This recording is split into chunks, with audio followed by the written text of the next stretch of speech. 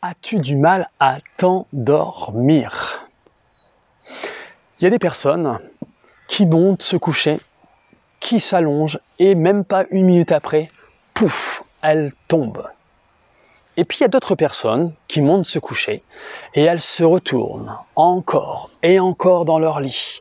Et ça rumine, le mental prend place et plus ça prend place, plus il y a du stress qui se dégage. Parce que la personne n'arrive pas à s'endormir, donc du coup elle se stresse et ça la stresse encore plus de ne pas pouvoir s'endormir. Donc il y a double stress. Et du coup, eh bien, les nuits ne sont pas du tout réparatrices comme il faudrait. Et la nuit se fait en plusieurs étapes. Et quelquefois, on a l'impression de ne pas dormir du tout. Qu'est-ce qui fait que des personnes arrivent à s'endormir et d'autres n'arrivent pas? Je ne sais pas si toi ça t'est déjà arrivé d'avoir du mal à t'endormir. Moi ça m'est déjà arrivé dans la vie d'avoir du mal à m'endormir. Et souvent quand j'ai du mal à m'endormir, c'est parce qu'il y a quelque chose qui n'a pas été résolu. Peut-être que je suis sur un projet et que je n'ai pas encore mis en place des actions que j'aimerais. Ou je suis en plein projet puis il y a des idées qui fusent.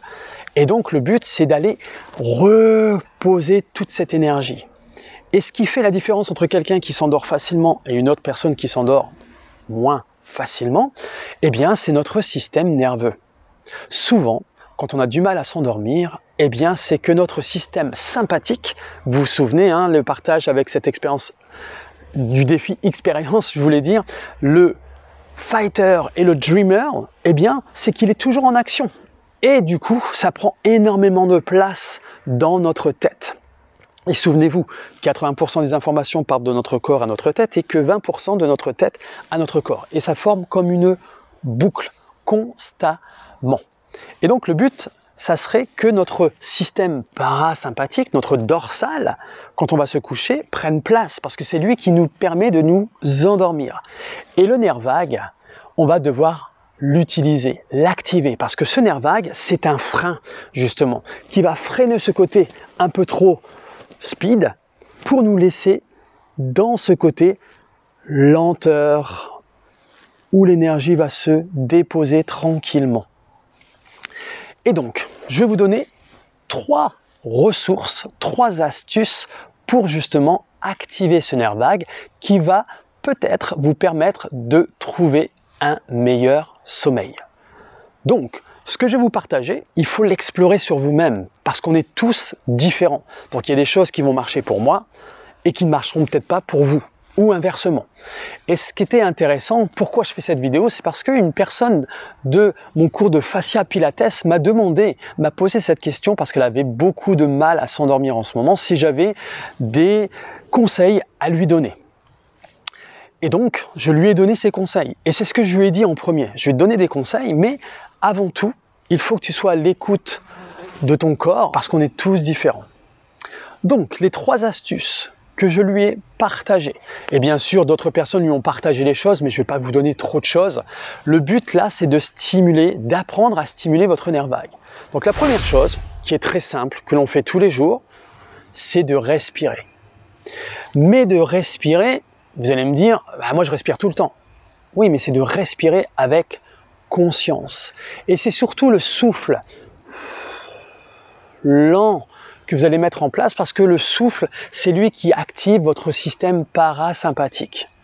J'inspire, c'est l'activation et je souffle, c'est l'apaisement si vous préférez. Donc de respirer avec conscience à votre rythme. La deuxième chose, c'est de peut-être prendre conscience de tous les appuis de votre corps en contact avec votre matelas. Donc vous pouvez commencer par le bas du corps et finir par le haut du corps ou inversement. Et d'aller tranquillement, de bien ressentir ces choses-là. Et la troisième chose, eh bien, ça serait de lire avant de vous endormir. Un livre que vous aimez, qui vous permet de vous détendre. Allez, une quatrième, ou d'écouter une musique. Il y a des musiques qui existent, qui stimulent votre nerf vague, qui vous permettent d'activer et de vous poser, parce que ça active votre dorsal. Donc voilà ces 4 astuces. Donc j'espère qu'il y en a une qui va vous plaire. Explorez-la. N'hésitez pas à me faire dans les commentaires celles qui vous interpellent et que vous allez explorer sur vous. Et puis, ne vous prenez pas la tête. Parce que souvent, je sais que quand on n'arrive pas à s'endormir, on stresse. Et du coup, on rajoute du stress encore plus sur le stress qui était de base. Donc, explorez. Et ça va peut-être pas fonctionner au début. Mais il faut le faire, le répéter, et le répéter, et le répéter. Et plus votre nerf vague va se renforcer, se muscler, et plus il va vous amener plus facilement dans les bras de Morphée. Sur ce, je vous souhaite une agréable nuit.